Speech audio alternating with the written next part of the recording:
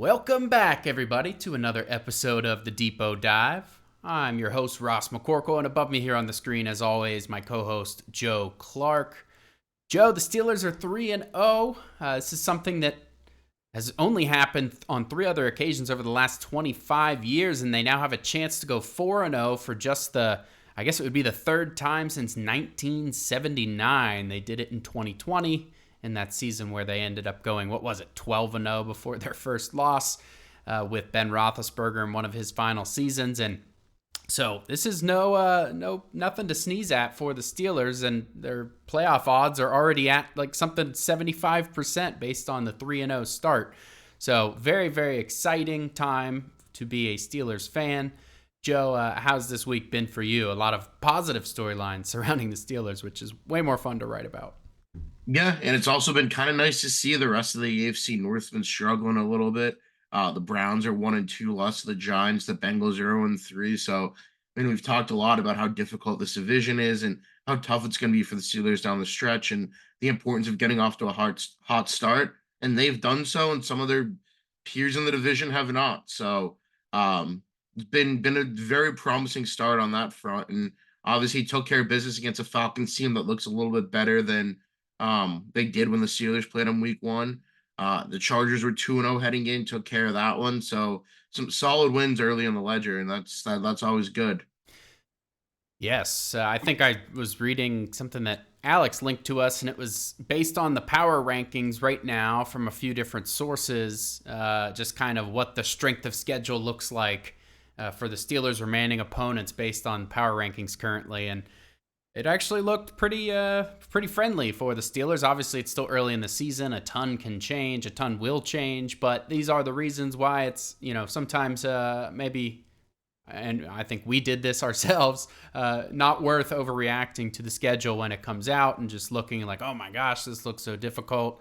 I think it will be difficult at points. Certainly the stretch over the last eight weeks still will be tough. Still divisional play. You're still playing the Chiefs, the Eagles, and some other good teams in there. But, it definitely looks more favorable for the Steelers now than it did. And so I guess we'll just have to wait and see. But I did want to talk about our first topic here is just going over week 3. The Steelers defeated the Los Angeles Chargers, and entering the week, the Chargers had the number 1 defense in scoring and the number 2 defense in just total yards against.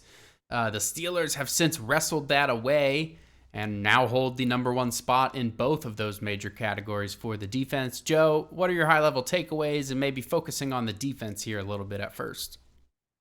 Yeah, so early on it wasn't, a great start for the Steelers defense, and there's the first 2 drives, I think both ended in 3 and outs for the Chargers. In the third drive, complete coverage bust, easy Quentin Johnson touchdown. But other than that, they completely locked in and they only allowed a field goal the rest of the game. The second half was just an absolutely incredible defensive performance. They only allowed -5 yards.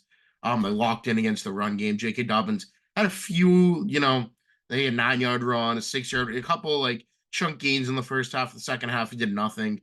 Overall, TJ Watt, when he won that rep against Joe Walls, Joe Watt actually did a pretty good job against Watt, all things considered, but TJ Watt just completely eviscerated him on that one rep, which was obviously nice to see. And then you can't talk about the defense in the second half without Nick Herbig. He had 2 sacks, including a strip sack. Chargers did fall on it, but his speed off the edge was incredible. So, the Steelers proved that they were the best defense, and I think on the offensive side of the ball, Justin Fields had his best game of the season, and I think a big part of that is the Steelers, even when it wasn't working in the first half, they just committed to the run game. They kept running the ball, and the Chargers got worn down. And second half, Fields was able to make some throws. He hit Calvin Austin for the 55-yarder, a couple more throws downfield, just gets a tired defense, and that's how the Steelers are going to win games this season. And that was, an example of them doing it against a good team. Yeah, absolutely. This is the third straight week that the Steelers won the time of possession battle. They're now up by almost a full half of football that they've played, more than their opponents, possessing the ball on offense. And that is obviously a kind of complementary team football effort. The offense is possessing the ball. The defense is getting themselves off the field and winning on third downs. I think the Steelers have the best third down rate in the league right now on defense. And so, yeah, they're winning the way that they wanted to win. And this has kind of been the formula that they've been after for a couple of years. They're finally starting to achieve, kind of the ideal version of that formula this year. And I still think there's plenty of meat on the bone. I mean, the offense, a lot of the players last week were talking about the dam is about to break. I think we saw signs of that. I don't know if it was a full breach of the dam in week 3, but, you saw some deep bombs kind of connect. You had the one to Calvin Austin that went for 55-yard touchdown. I think there was another one to Calvin Austin, third in the middle of the field, that went for 25 yards. And certainly the running game over the second half in particular came alive and started to, chew up clock and possess the ball and all that. And so I do think we're starting to see some of that dam breaking, and I think there's, more to come on that. Certainly a chance to do that this week against the Colts even further. But we'll get into the Colts preview a little later. Another interesting thing from this game, Spencer Anderson and Mason McCormick did a little bit of a rotation. So a week after the failed rotation at right tackle with Broderick Jones and Troy Fautanu, they decided to give it another go at left guard, this time with second-year Spencer Anderson and rookie Mason McCormick. Joe, do you like the fact that they're still doing these rotations? What's your thoughts on that particular situation? Yeah, I don't really love, like I said last week, just the idea of a rotation, a guy coming in off the bench, maybe not fresh, not prepared to start. But I mean, McCormick said ahead of the game that said after the game that during the week that was always the plan. And I mean, he hasn't started yet this season, so it's not like he's had the experience of starting, getting ready for the game. So I mean, it was fine. It worked out. McCormick actually played really well. He didn't allow pressure and like 13 pass block reps. And I mean, I like that they're getting a look at him early here too, and getting him some playing time before Isaac Seumalo comes back and presumably reclaims that left guard spot. Because a little bit, I mean, to some extent, you do have to think about the future there. I mean, James Daniels is a free agent after the season. All signs have pointed to the fact that, the exploding guard market will make it hard for the Steelers to re-sign him, and that was part of the reason why they drafted McCormick. So you're kind of getting a look at him now and saying, hey, maybe this guy can be a right guard. Maybe with Spencer Anderson next season. He started the first 2 games. So kind of getting a look at the two of them against similar competition in a game setting.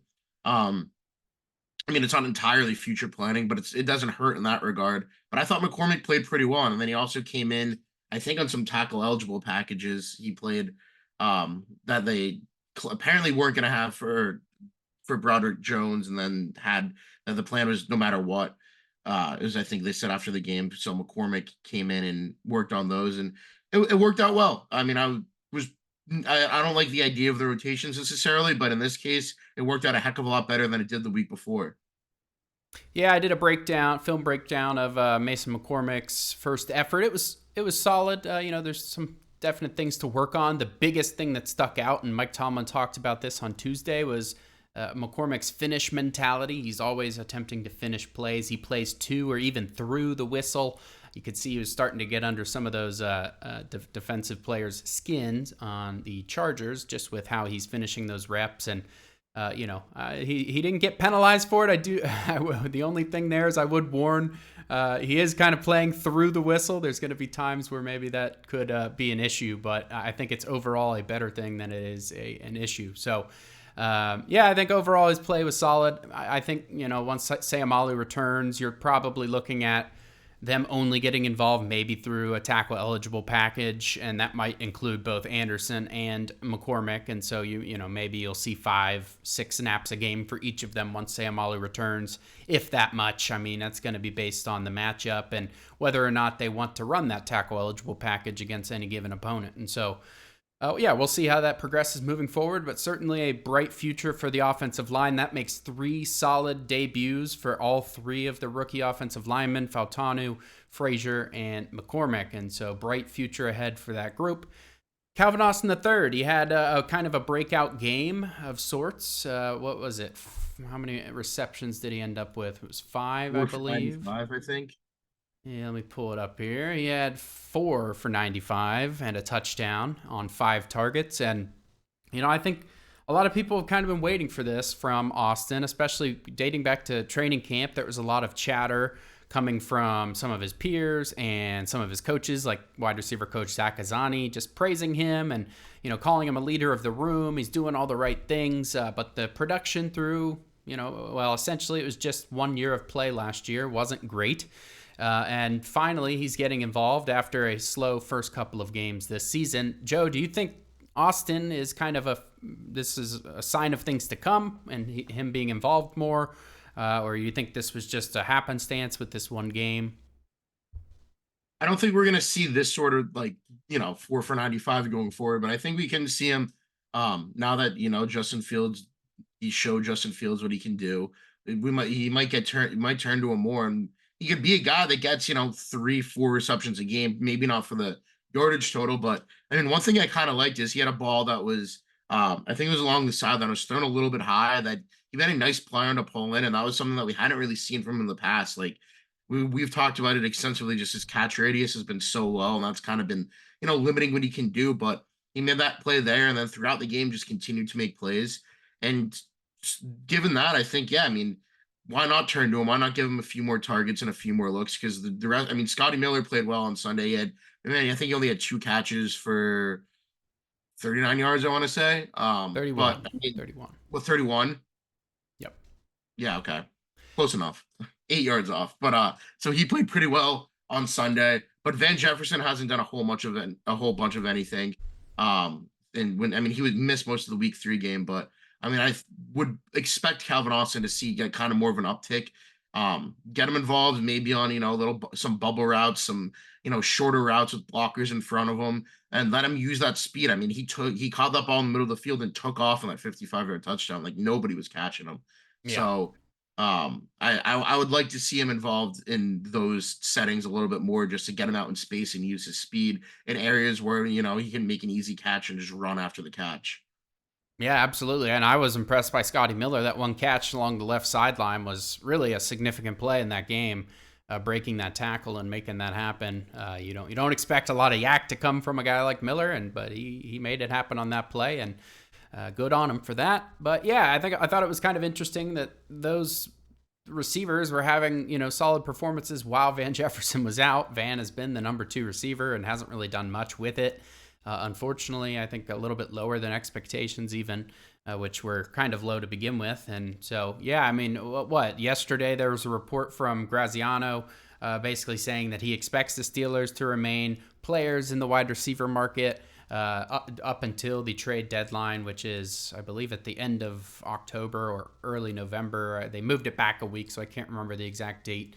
But yeah, I think that they certainly will be in that conversation. Who are the 2 names that he threw out? I found kind of interesting. He threw out DeAndre Hopkins and Christian Kirk, and both of those I kind of have a hard time foreseeing the Steelers having interest in. I mean, Hopkins, I guess, would make sense, but at this point, he's more of a deep threat. He's not really as much of an underneath guy. Kirk can work underneath, but I don't really think, even if the Jaguars do stink, that they're gonna be all that keen on moving him. So I think those 2 names are kind of just purely speculation on his part.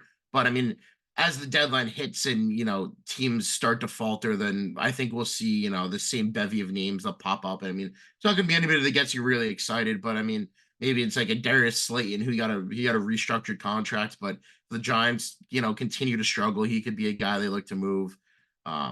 But nothing like too crazy, but a viable number 2 could be an upgrade and take some of the pressure off Pickens. And if they can make a move at a relatively good price point, I would jump at it, especially if they're still playing the way they are right now, because that could be the difference between winning, a playoff game or 2 and being a first-round exit. Yeah, no doubt. I mean, their opponents coming up. You got the Colts, the Cowboys, that'll be tough. Who else? The Raiders, the Giants, and the Jets. So, it's not out of the question for this team to be something like 6-2 or, give or take a game there. And if they're that entering the bye week and kind of approaching that trade deadline, it would be a very good idea to add a receiver, no doubt. And so, yeah, your guess is as good as mine for who that might be, but we will see. We're going to move into our second topic. The injuries are starting to pile up for the Steelers, unfortunately. Obviously, Fautanu suffered something at the end of last week's week of practice. He had a knee issue. I think it was there were some reports I was seeing that was maybe the opposite knee, so maybe unrelated to the MCL. I think maybe it was a dislocation. I'm not exactly sure the specifics of that. There was a report that he was going to see a specialist on Wednesday, or I think maybe Tomlin said he was going to see a specialist on Wednesday to determine kind of his timetable. And so he's maybe out for season, maybe able to return for playoffs. But for now, that means Broderick Jones moving forward with him at right tackle. I thought he rebounded okay in this week. Certainly better than he had been, but still not perfect. And then you have Jaylen Warren with a knee injury, Alex Highsmith with a groin, Cory Trice Jr. is on IR now with a hamstring. Joe, which of these injuries is most concerning to you in terms of maybe the depth or just, how these players were playing, how important they were to the team? I mean, I want to say Highsmith because he's still one of the best pass rushers in football. His array of pass rush moves is second to none. But Nick Herbig's a pretty capable film, but it does hurt with the depth. We have to see DeMarvin Leal now more in a full time backup edge role, which if he plays well in week 4, then hey, great, and then that gives you even more depth when Highsmith comes back. But we just haven't seen it, so I will say Highsmith just because. It is a little bit more concerning with the depth because now, Jeremiah Moon's still on IR. So who's your outside linebacker for?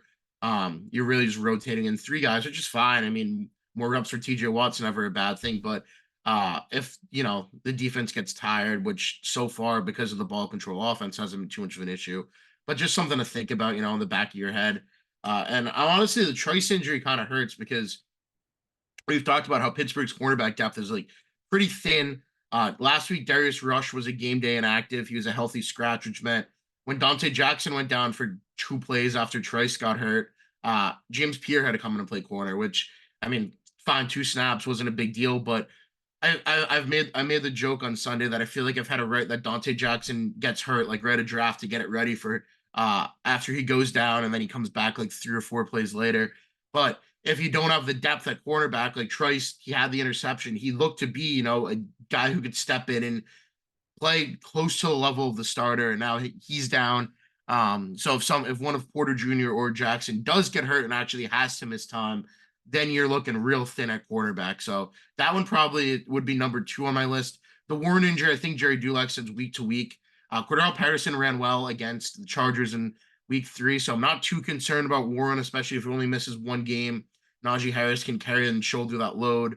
Warren, hasn't been super great on the ground. He's still been a little bit of a weapon in the passing game, but I'm not concerned about Warren because it seems like that injury is pretty minor, whereas Highsmith could be out, 2 to 3 weeks, and Trice obviously on IR, so knocking him out for 4.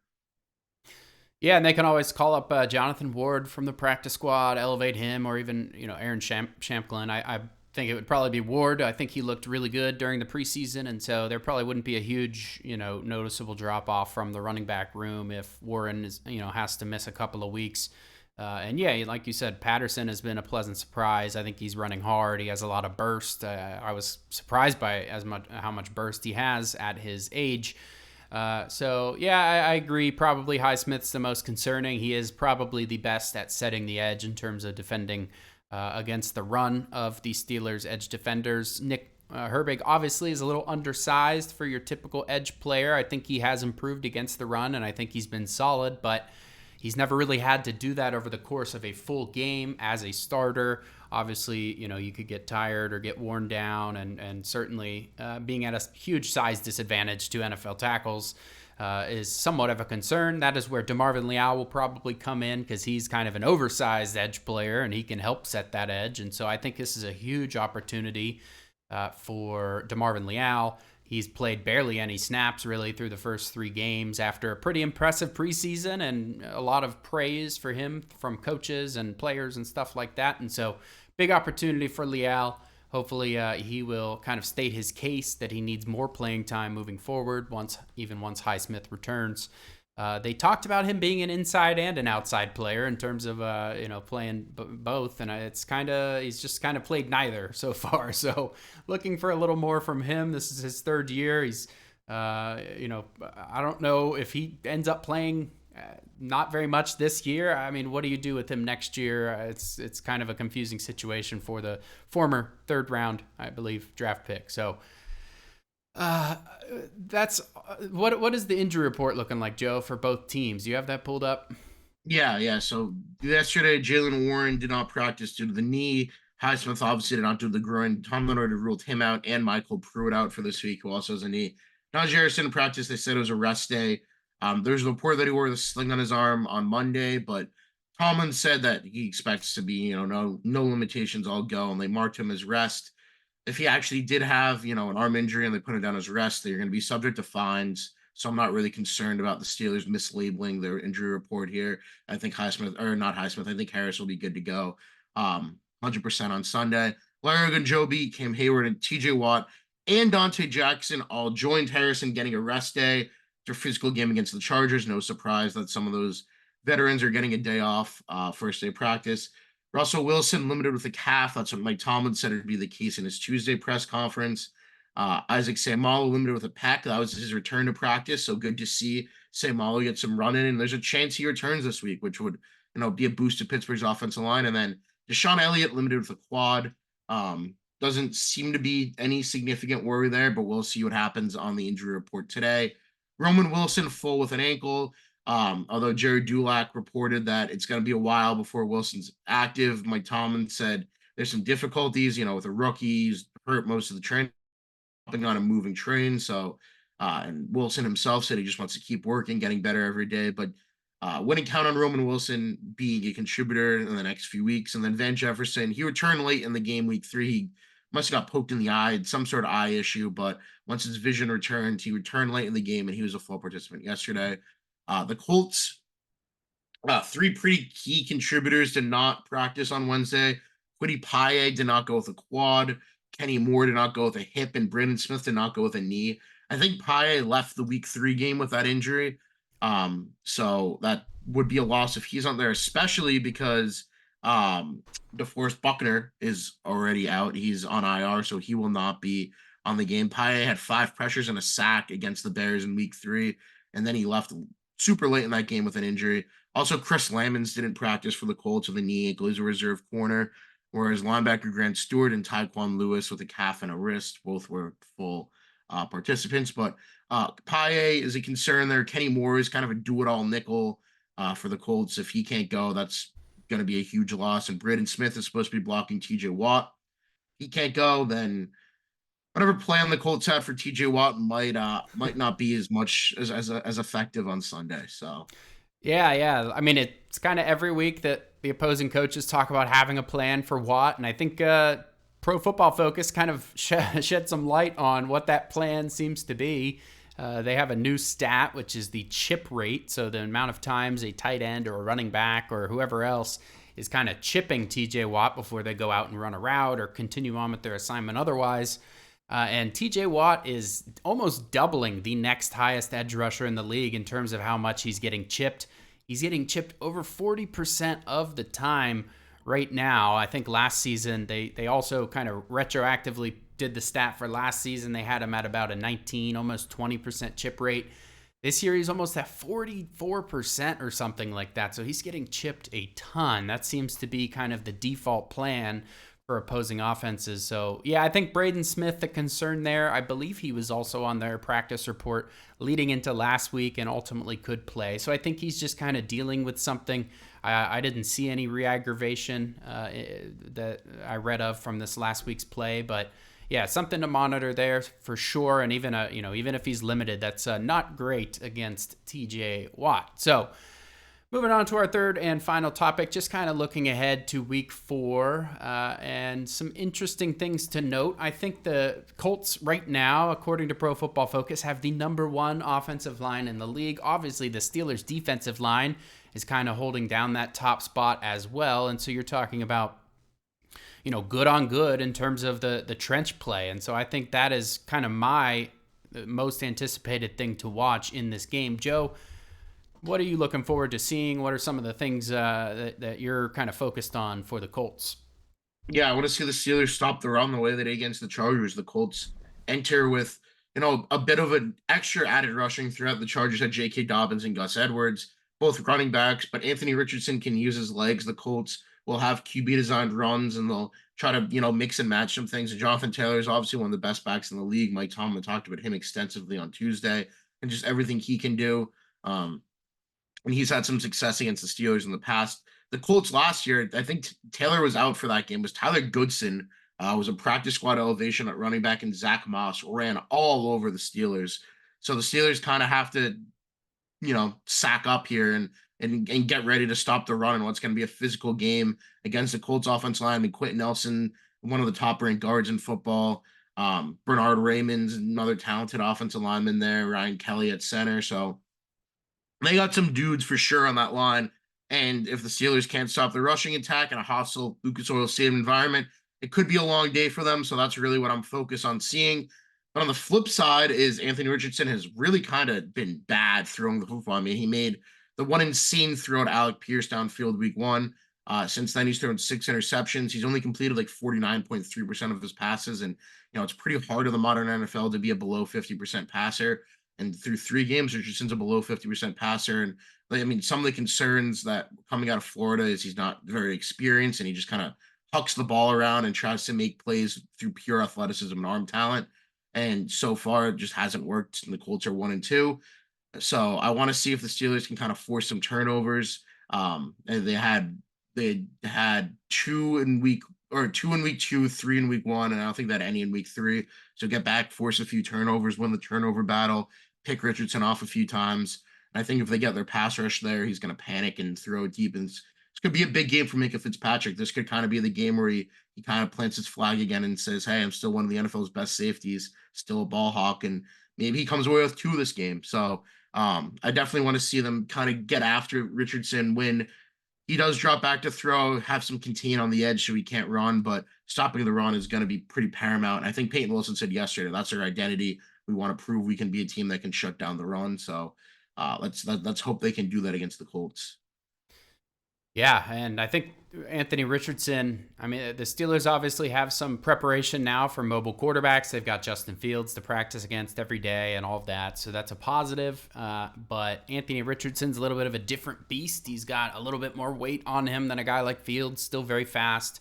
He'll definitely shrug off some tackles if you aren't careful or you go too high on him. He can, kind of Ben Roethlisberger bounce right off of him. So that is definitely something to watch. I think something that was particularly funny or interesting to me, Mike Tomlin's been, I guess, being a little petty and playing some of the Indianapolis Colts blowout win last year when the Steelers were on their 3-game losing streak towards the end of the season.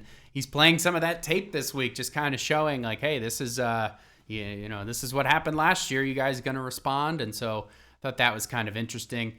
You mentioned Quentin Nelson. Cameron Hayward has kind of had his number over the years, and so that should be a fun matchup to watch, especially now with a fully healthy Hayward. So is there anything else, Joe, that you wanted to cover on the Colts game in particular? No, just kind of going back to the Colts having a plan. I mean, Raheem Morris was the last coach who said that. I think week 2, week 3, both Jesse Minter and Vance Joseph kind of gave the respect for Watt. Week 1, Raheem Morris said we're not going to let him wreck the game, and now here we are in week 4, and Jim Bob Cooter is saying that I'm sorry, not Vance Joseph, Joe Lombardi, and Chargers offense coordinator, whatever, the semantics. And Jim Bob Cooter here goes, hey, we're going to have a plan for Watt. Well, Raheem Morris thought he had a plan for Watt, and Watt would have had 2 strip sacks if not for penalties, and he still had the 1 sack. And I mean, I don't know. I don't think giving TJ Watt a little extra motivation before the game, saying you're going to minimize him and you have a plan for him, is the best idea, because that guy pays attention to literally everything. I mean, Bud Dupree said he's the best preparer, the best tape study in the league. So I don't know if going out and explicitly saying that, you think you're going to minimize him is the best idea, and we'll see if it works out on Sunday. But I think Watt's listening, and I could see a big game in store for him too. Right. And what's the plan? I mean, you can only do so much. They're going to chip him. They're just going to continue to chip him and maybe throw a double team or 2 his way. I mean, this is nothing he's not used to seeing. So, yeah, really all you're doing is giving him like a little extra motivation. Oh, you're going to shut me down, are you? So Yeah, I think that should be interesting. TJ Watt only has 3 sacks through the first 3 games. Obviously, he had 2 strip sacks called or negated by penalty in week 1, so his kind of box score stats are a little bit misleading, but he's definitely been making a large impact. So that's all that we have for this week. Thank you guys for tuning in. Make sure to call the number at the bottom of the screen if you want to leave a voicemail. We don't have any questions this week, but 412-254-3145. Again, that's 412-254-3145. Leave us a voicemail, or you could even text that number for us to answer your question on a future episode. Thank you guys for tuning in. I'm Ross, that's Joe, and we'll catch you guys next time.